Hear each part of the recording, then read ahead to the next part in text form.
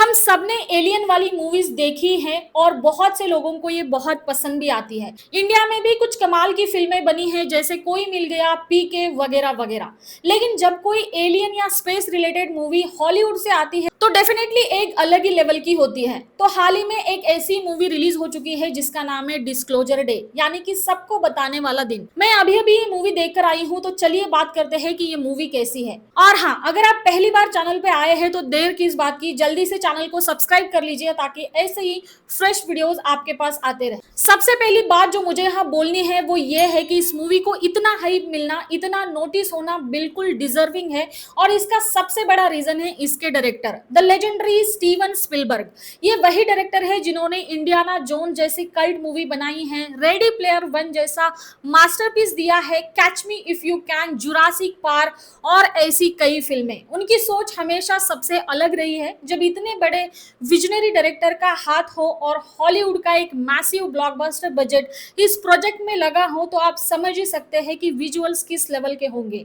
Film देखते वक्त screen पर हर एक फ्रेम बहुत ही ग्रैंड और रियलिस्टिक फील होता है। पर आगे बढ़ने से पहले एक छोटी सी वार्निंग भी है। अगर आपने इसका ट्रेलर अभी तक नहीं देखा तो बस मूवी देखने से पहले ट्रेलर जरूर देखकर जाना। नमस्कार दोस्तों, welcome back to the Moksha show. Story की बात करें तो इसमें एक ऑर्गेनाइजेशन है वार्डेक्स। अगर मैं आपको बहुत ही सीधे सीधे बताऊं तो ये बिल्कुल एरिया 51 की तरह है। अब एरिया 51 क्या है, इस पे हम आगे बात करते हैं। तो वार्डेक्स एक ऐसी टॉप सीक्रेट ऑर्गेनाइजेशन है जो दुनिया से सबसे बड़े और खुफिया डेटा को पब्लिक से छुपा कर रखती है। वो ऐसा क्यों करते हैं? क्योंकि उनका मानना है कि अगर ये डेटा पब्लिक को अवेलेबल किया गया तो लोगों का भगवान पर से भरोसा उठ जाएगा या फिर दुनिया में कुछ बहुत बड़ा बवाल होने की संभावना हो सकती है। पर कहानी में ट्विस्ट तो तब आता है जब उसी कंपनी के कुछ एम्प्लॉइज ये तय करते हैं कि ये डेटा पब्लिक तक पहुंचना चाहिए। अब वो इसके अगेंस्ट कैसे जाते हैं, वो इस डेटा को बाहर लाने के लिए क्या क्या करते हैं और क्या क्या रिस्क लेते हैं, क्या वो इसमें कामयाब होंगे भी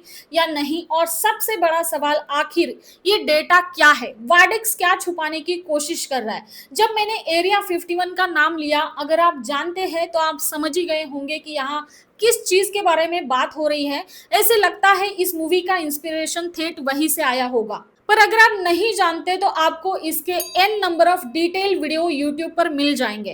तो मूवी में जो फुटेज और फोटोज दिखाए गए हैं वो इतने रियल लगते हैं कि आप वो कोइंसिडेंस देखकर हैरान हो जाएंगे। परफॉर्मेंस की बात करूं तो मेन कैरेक्टर्स प्ले किए गए हैं एमिली ब्लंट और Josh O'Connor, and both of them have done a fantastic job. Technical चीजों की बात करें तो भाई साहब, जो बीजीएम है इस फिल्म का वो बहुत ही लाइटली पीछे से बजता रहता है और पूरी मूवी के सस्पेंस को एलिवेट कर देता है। सिनेमेटोग्राफी और डायरेक्शन एकदम फ्लॉलेस है। मूवी में कुछ कुछ शॉट्स ऐसे हैं कि आप बस स्क्रीन को देखते रह जाओगे और सोचोगे कि यार क्या कमाल का शॉट था। अब आते हैं कमियों पर। अच्छी मूवी तो जरूर है लेकिन एक दो कमियां तो दिखेंगे ही आपको। सबसे बड़ी कमी ये लगी मुझे कि भाई ये मूवी खत्म ही नहीं होती। कहानी एकदम पीक तक जाती है, बहुत ही इंपॉर्टेंट चीजों को डिस्क्लोज करने का डिस्क्लोजर डे भी आ जाता है, पर आखिर क्या डिस्क्लोज करना है वो दिखाया ही नहीं गया है। साफ है कि स्टीवन स्पिलबर्ग ने शायद असली राज नेक्स्ट पार्ट के लिए बचा के रखा हो।